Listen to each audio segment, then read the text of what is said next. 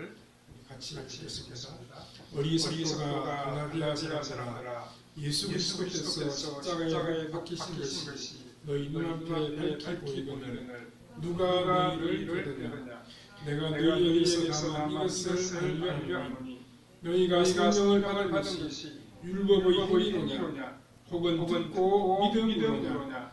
너희가 이같이 어리석으냐? 성령으로 시작하였다가 이제는 육체로 마치겠느냐? 너희가 이같이 많은 괴로움을 그때에 받았느냐? 과연 그때냐? 너희에게 성령을 주시고 너희 가운데서 능력으로 행하시는 이 일이 율법의 행위였으냐 혹은 듣고 믿음이었으냐. 거기까지 했습니다. 오늘은 완전한 믿음이라는 제목으로 잠시 말씀을 생각해 보겠습니다. 갈라디아에 있는 교인들은 어떻게 했는지 더 완전한 믿음의 자리로 나아가고 싶은 그러한 마음을 가지고 있었습니다. 그때 그들의 눈에 들어온 것이 유대교의 율법을 지키는 자들의 모습이었습니다. 그 유대교를 따르는 자들은 정말 완전해 보였습니다. 그들은 무엇인가 자신만만하게 보이기도 했습니다. 그래서 갈라디아 교인들 중에 많은 사람들이 할례를 받게 되었습니다. 이들은 복음만으로는 무엇인가 좀 부족하다고 그렇게 생각했습니다. 그들은 무엇인가 자신들을 더 확실하게 붙잡아줄 그런 것이 필요하다고 여긴 것입니다. 그것이 무엇입니까? 갈라디아 교인들은 바로 율법이라고 생각했습니다. 갈라디아 교인들이 생각한 것은 신앙이랄 때는 복음으로 자유롭게 신앙생활을 하다가 신앙이 좀 더 깊어지면 더욱더 율법을 잘 지키는 사람이 되는 것이었습니다. 그들이 머릿속에 가지고 있던 완전한 신앙의 모델은 역시 유대인 랍비들이었습니다. 이 세상에 있는 모든 것들을 다 버리고 율법만 외우고 있는 이 랍비들이야말로 가장 거룩한 사람들이라고 여긴 것 같습니다. 그런데 이에 대해서 사도 바울은 무엇이라고 말씀을 하고 있습니까? 우리가 조금 전에 읽은 본문 1절에 보면 어리석도가 갈라디아 사람들아, 예수 그리스도께서 십자가에 박히신 것이 너희 눈앞에 밝히 보이거늘 누가 너희를 꾀더냐, 이렇게 말씀을 하고 있습니다. 이 갈라디아 교인들이 너무나도 어리석은 생각에 빠져들었다고 사도 바울이 여기서 지적하고 있습니다. 우리는 오늘의 본문을 함께 읽고 생각해보면서 우리 주님께서 들려주시는 교훈을 함께 들어야 하겠습니다. 첫 번째로 믿음의 세계가 있습니다. 예수님이 가르쳐주신 신앙은 고독한 순례자의 길이 아닙니다. 예수님은 항상 세상에 계셨습니다. 예수님은 세상 사람들과 어울리셨습니다. 제자들에게 이 세상의 빛이 되라고 말씀하셨습니다. 그러나 그들이 세상과 결탁하는 것은 금하셨고 세상에 있으면서도 세상에 있던 권리를 주장하고 세상 사람들과 같은 사고방식을 가지고 살지 못하게 하셨습니다. 그러면 우리 예수님이 가르쳐주신 신앙은 무엇이었습니까? 예수님이 가르치신 말씀을 믿고 이 세상에서 그 말씀대로 살아가는 것입니다. 다른 사람들과 똑같이 직장에 다니고 똑같이 공부하고 살아가지만 그들과는 다른 방식으로 살아가는 것이 바로 우리의 신앙입니다. 하나님의 뜻을 깨닫고 그 하나님의 뜻대로 살아가는 것입니다. 우리가 부족하지만 부족하지만 그 하나님을 살아가려고 애를 쓰고 노력하는 것입니다. 우리 예수님은 이 세상이 무조건 다 악하다고 말씀하지 아니하셨습니다. 이 세상이 악하다고 할 때는 이 세상 사람들이 가지고 있는 가치관이나 지향하는 목표가 악하다는 것이지 이 세상 자체가 악하다고 그렇게 말씀하시지는 아니했습니다. 오히려 이 세상은 우리들이 가지고 있는 믿음을 실천할 수 있는 현장입니다. 그러면 믿음이 성장하고 하는 것은 무엇을 의미합니까? 그것은 믿음을 한번 실천해 보는 것입니다. 우리가 믿음 그대로 한번 살아보는 것입니다. 예수님이 말씀하신 그대로 한번 살아보려고 애를 쓰는 것입니다. 성경대로 전혀 실천을 하지 못했는데 이제 그 믿음이 생겼습니다. 그래서 그 믿는 바대로 한번 살아보았습니다. 그렇게 했더니 어떻게 됩니까? 믿음대로 살아가고 망하지 않습니다. 오히려 생각했던 것보다 더 좋은 결과가 나타납니다. 이제 그 사람은 무엇을 확인하게 되겠습니까? 하나님의 말씀은 정말 진리구나 라고 하는 것을 알게 됩니다. 하나님의 말씀은 참으로 옳습니다. 말씀 그대로입니다. 이 사실을 경험한 사람들은 더욱더 믿음으로 살아가려고 노력을 하게 됩니다. 그 이유는 한번 자신이 직접 경험해 보았기 때문입니다. 그래서 우리의 믿음은 삶 그 자체입니다. 이 세상을 살아가는데 세상 사람과는 좀 다른 방식으로 살아가게 됩니다. 그래서 우리 예수님께서 산상선결을 하실 때 이렇게 말씀하신 적이 있습니다. 의에 주고 목마른 자는 복이 있나니 그들이 배부를 것이며 이렇게 말씀하셨습니다. 여기서 이 의라고 하는 것이 무엇을 가리킵니까? 바른 삶입니다. 올바르게 살아가는 생활입니다. 하나님의 뜻대로 살아가는 신앙생활을 가리킵니다. 우리가 생각했던 믿음으로 의롭게 되는 것을 말하는 것이 아닙니다. 아니 유대인들은 의롭게 살지 않습니까? 이렇게 많은 사람들이 들어있을 수 있습니다. 하지만 그 유대인들은 종교적인 행위 잘 지킬지 몰라도 정직한 사람들이 아니었습니다. 오히려 그들의 정체는 불의한 것이었습니다. 그들의 생활은 음란했고 불의했으며 너무도 더러웠습니다. 오직 종교적인 열심만 그들에게 있었을 뿐입니다. 엄청나게 착취한 것으로 율법을 지킨다고 11조를 빡빡 드렸습니다. 하나님께서 원하시는 것은 수입 자체를 정당하게 하라는 것입니다. 바르게 해서 정당하게 일해서 수입을 거두라는 것입니다. 복음이 무엇입니까? 하나님의 말씀에서 들은 그대로 이 세상에서 한번 살아보는 것입니다. 들은 말씀대로 잘 안 되더라도 한번 해보는 것입니다. 하나님께서 원하시는 것은 완전한 완벽한 그런 실천이 아닙니다. 좀 실수를 해도 괜찮으니까 말씀에서 배운 그대로 이 세상에서 한번 해보라는 것입니다. 한번 그대로 살아보라는 것입니다. 우리 안에 완전한 것이라고는 없습니다. 우리 삶의 완성이라고는 있을 수 없을 것 같습니다. 오직 얼마나 우리 주님과 가까워졌느냐, 그리고 얼마나 하나님께 온전하게 깨닫고 그대로 사느냐 하는 것이지 완성이라고는 없습니다. 이 세상을 사는 동안은 우리가 하나님의 뜻을 실천할 수 있는 참 좋은 기회입니다. 이때 우리가 좀 부족하지만 말씀에서 배운 그대로 살아가려고 애를 써야 합니다.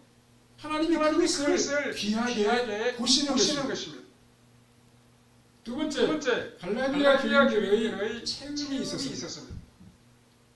갈라디아 교인들이 참으로 감사했던 것은 예수님을 믿었을 때 성령의 강한 체험을 하는 일이었습니다.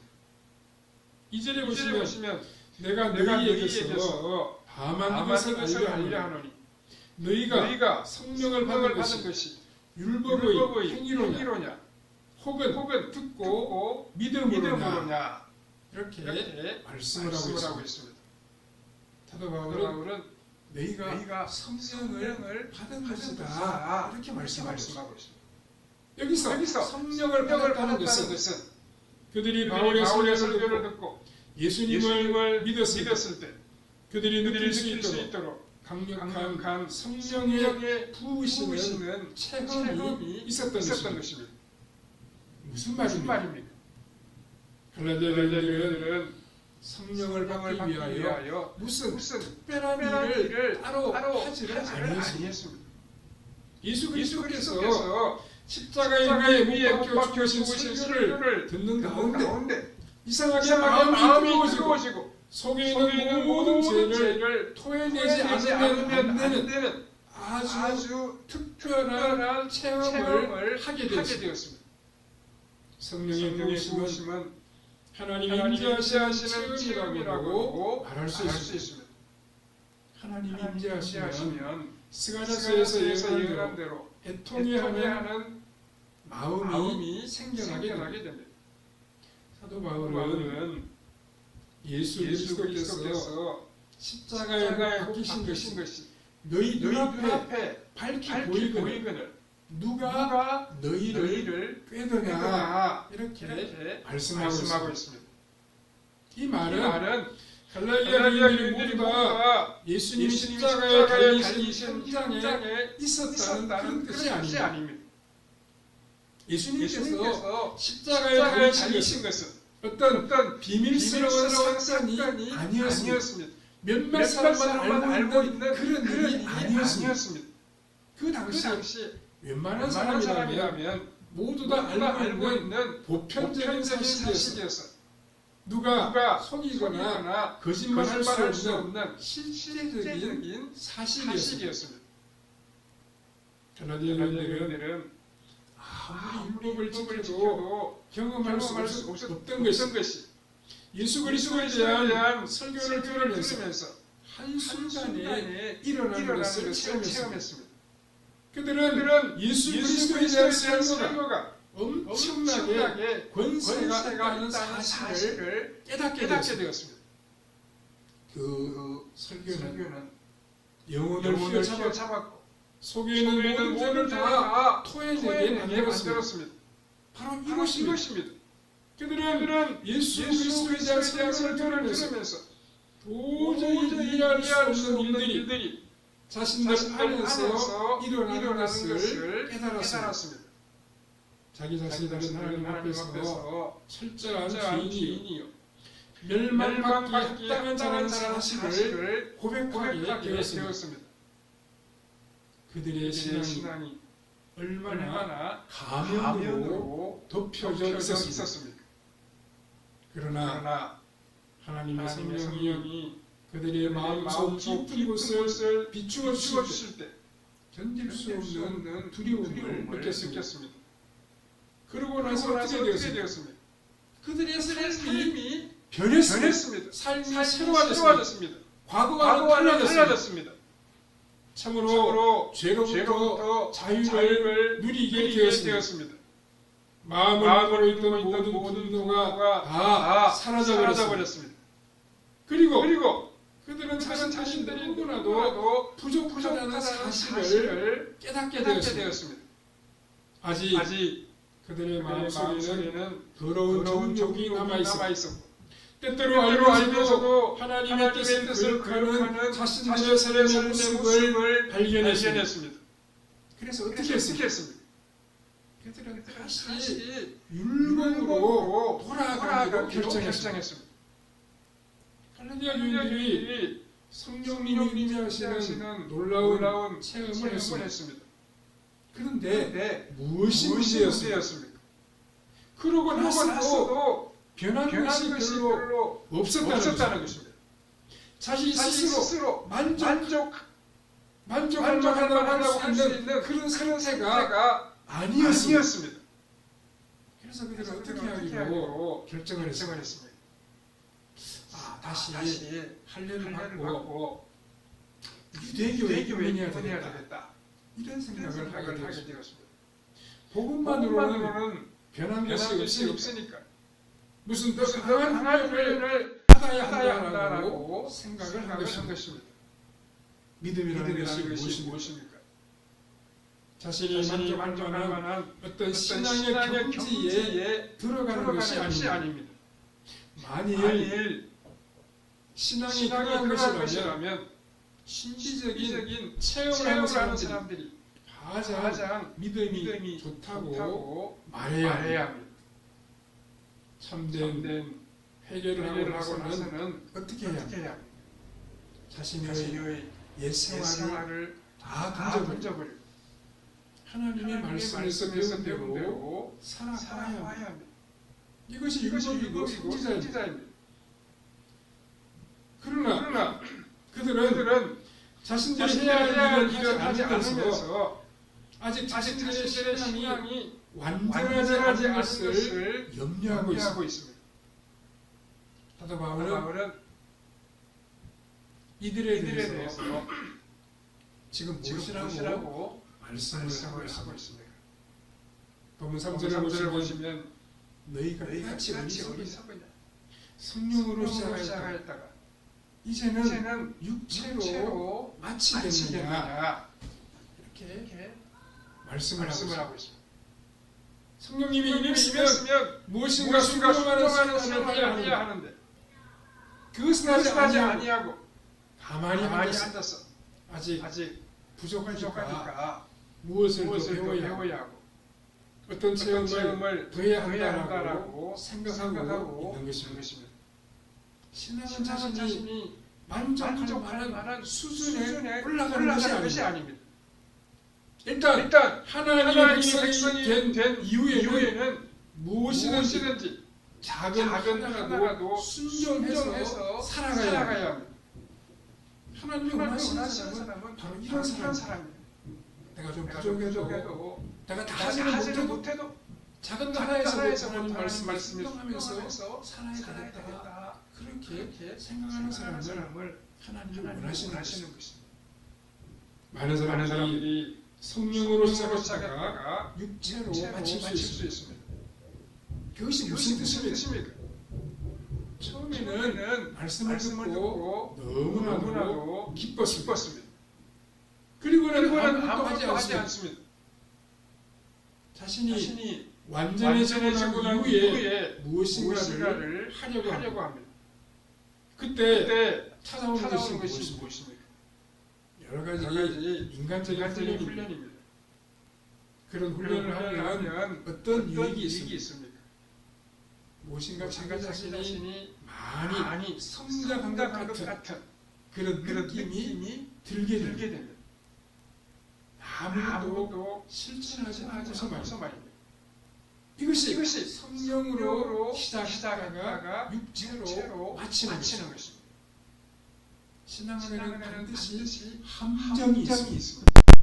그것은 실천하지 않을 걸고 넘어지는 함정입니다. 결국에는 자기 만족 때문에 다른 것을 찾게 되는 것입니다. 우리가 주님을 만났으면 주님 말씀대로 살아가면 됩니다. 그렇게 살아가다 보면 자신도 모르게 믿음이 살아가게 되고 하나님이 기뻐하시는 복된 믿음의 소유자가 될 수 있는 것입니다.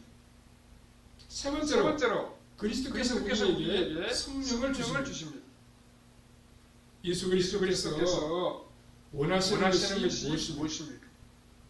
우리에게 성령을 주셔서 우리 스스로 하나님의 뜻을 깨닫고 그 하나님의 뜻에 복종하는 사람이 되는 것입니다. 하나님은 처음에 인류를 만드시면서 만드시면서 하나님의 뜻에 순종하면 영원한 생명을 주시겠다고 하셨습니다. 이것은 하나님과 영원한 영광 가운데 교제하는 풍성한 삶을 의미합니다. 그런데 우리 인간은 타락하고 난 후에 하나님의 뜻에 순종하는 것이 불가능하게 되어버렸습니다. 우리 마음 자체가 삐뚤어져 버렸습니다. 하나님께서 원하신 것이 무엇입니까?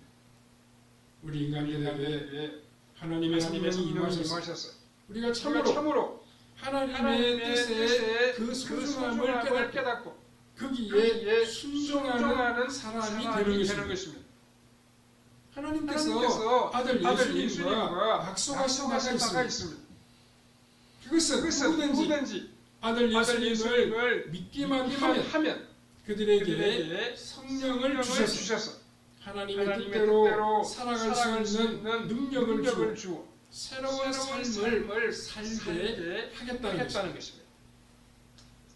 그래서 예수 그리스도에 관한 설교를 듣는 가운데 그들에게 성령이 강하게 임하시는 놀라운 체험을 하게 된 것입니다. 그러면 이제 그들이 해야 할 일이 무엇입니까? 마음속에 성령님이 옳다고 하시는 것을 실제로 행하는 것입니다. 삶으로 그것을 함께 공격하는 것입니다.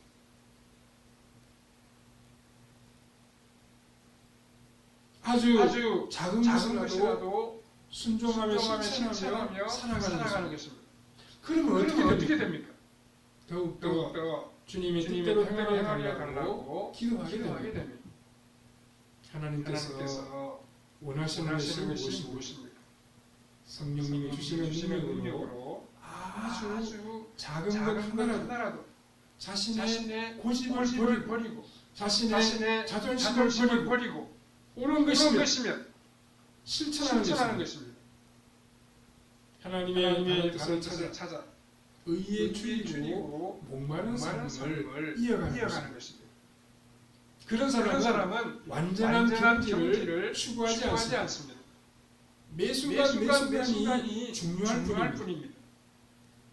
오늘 우리가 믿는다고 말하면서도 기쁨이 없고 활력이 없는 이유가 무엇이겠습니까? 알면서도 순종하지 않기 때문입니다. 고집과 자존심 때문에 하나님의 뜻인 줄 알면서도 그대로 행하지 않기 때문입니다. 사도 바울이 도전하고 있는 것이 바로 이것입니다. 결국 복음으로 완전한 만족이 없다면 다른 것을 찾아야 하겠느냐 하는 것입니다. 이에 대하여 다른 대안이 없다라고 말씀하고 있습니다. 4절에 너희가 이같이 많은 괴로움을 헛되이 받았느냐 과연 헛되냐라고 말씀하고 있습니다. 그들은 지금까지 할례를 받지 않았다고 해서 너무도 많은 공격을 받아왔습니다. 그래놓고 이제 와서 복음이 자신을 완전하게 하지 않는다고 해서 다시 할례를 받는다고 하면 그 고생들은 무엇이냐는 것입니다. 오전에 너희에게 성령을 주시고 너희 가운데서 능력을 행하시는 일이 율법의 행위였느냐 혹은 듣고 믿음이었느냐라고 말씀하고 있습니다. 사도 바울은 하나님을 여기에서 아주 놀랍게 표현하고 있습니다. 너희에게 성령을 주시고 너희 가운데에서 능력을 행하시느니라라고 표현하고 있습니다.